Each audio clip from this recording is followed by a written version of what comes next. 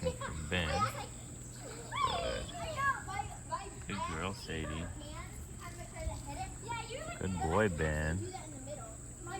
He's getting that kind of crazy eye looking at Ragnar. Good. Good boy. Good. Very good boy.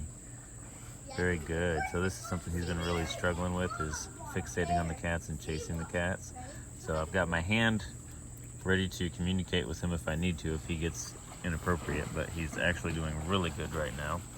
Part of that. Good. Good girl, Sadie. So part of our ability to do that is because our cats are extremely chill around dogs, which is honestly the only reason that we have cats. I am not a huge cat guy. I love kittens, but once they turn into cats, that's a whole different beast.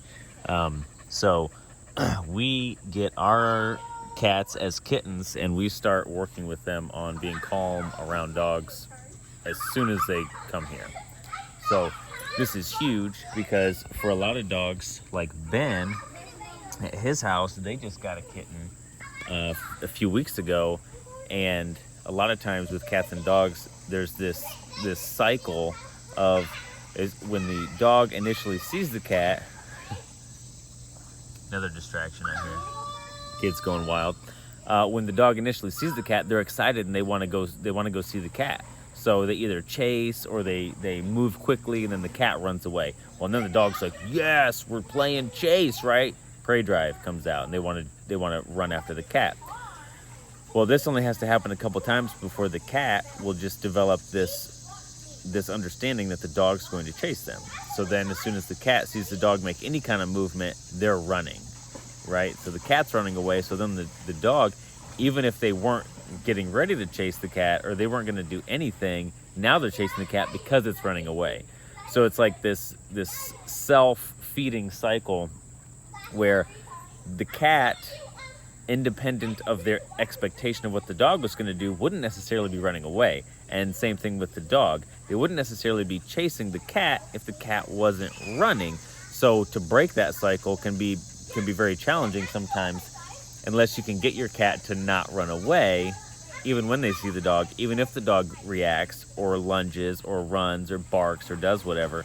So with our cats, again, because we get them as kittens and we literally start training them. Now, there's some things that we can't train our cats on. Literally, we train them to not run away from dogs. That's the biggest thing that we do with our cats and that we're really successful with. So even if we have dogs that are barking, lunging, running at them, our cats won't run away because we literally don't ever let anything negative happen to the cats. We always make sure that we have control of the dogs, at least enough that they're not going to get to the cats. So because the cats are, probably as close to bulletproof as you can be in terms of being startled or running away from dogs, like we can actually really work the dogs around the cats. Whereas in a lot of other circumstances, if you have a cat that runs almost immediately, even if you're working on your dog with that, you've only got a very, very small window each time. You've got a few seconds and then cat's gone. So like you can't continue to work on that. And your dog typically gets a desirable response. Cat runs away, right? So they did something and they got a response. So they can anticipate they're going to get that again. You know, it's a really hard cycle to break. So right now, like he's really watching the cat, but I wouldn't call this like fixation or an unhealthy level of attention and focus that he's giving the cat. He's kind of borderline where I'm watching him because he's not really breaking focus, but he's in a relaxed body position. If he were standing or leaning toward the cat, then I might actually intervene even before he comes off of his place. But right now he's relaxed, he's just watching. So I'm going to continue to watch him. And if his body language changes, I may correct that really quick, right? If he, gets up and gets on the edge of his place and he's doing this and he can't break focus, even if I'm talking to him, his eyes won't move, then I'm going to correct that. But if even if he's focusing on the cat, but he's like looking around and then he'll look at the cat again, and then he doesn't have that constant fixation, then I'm really just going to watch him until he escalates. Because I don't want him to feel like he's going to get corrected just because the cat comes around if he's acting pretty good, right? So even though it's a little bit more attention than I like him to be giving the cat, for Ben, this is a step in the right direction. So we're gonna allow this. Ragnar's still just hanging out right here. Sadie's doing pretty good, not too worried about him. She's still pretty amped up just because of the environment and the pool and the kids, and we're out here. It's basically just woods behind us.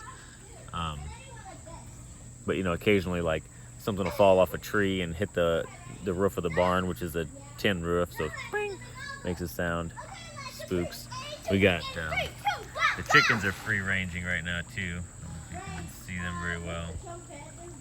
We got, where's my finger?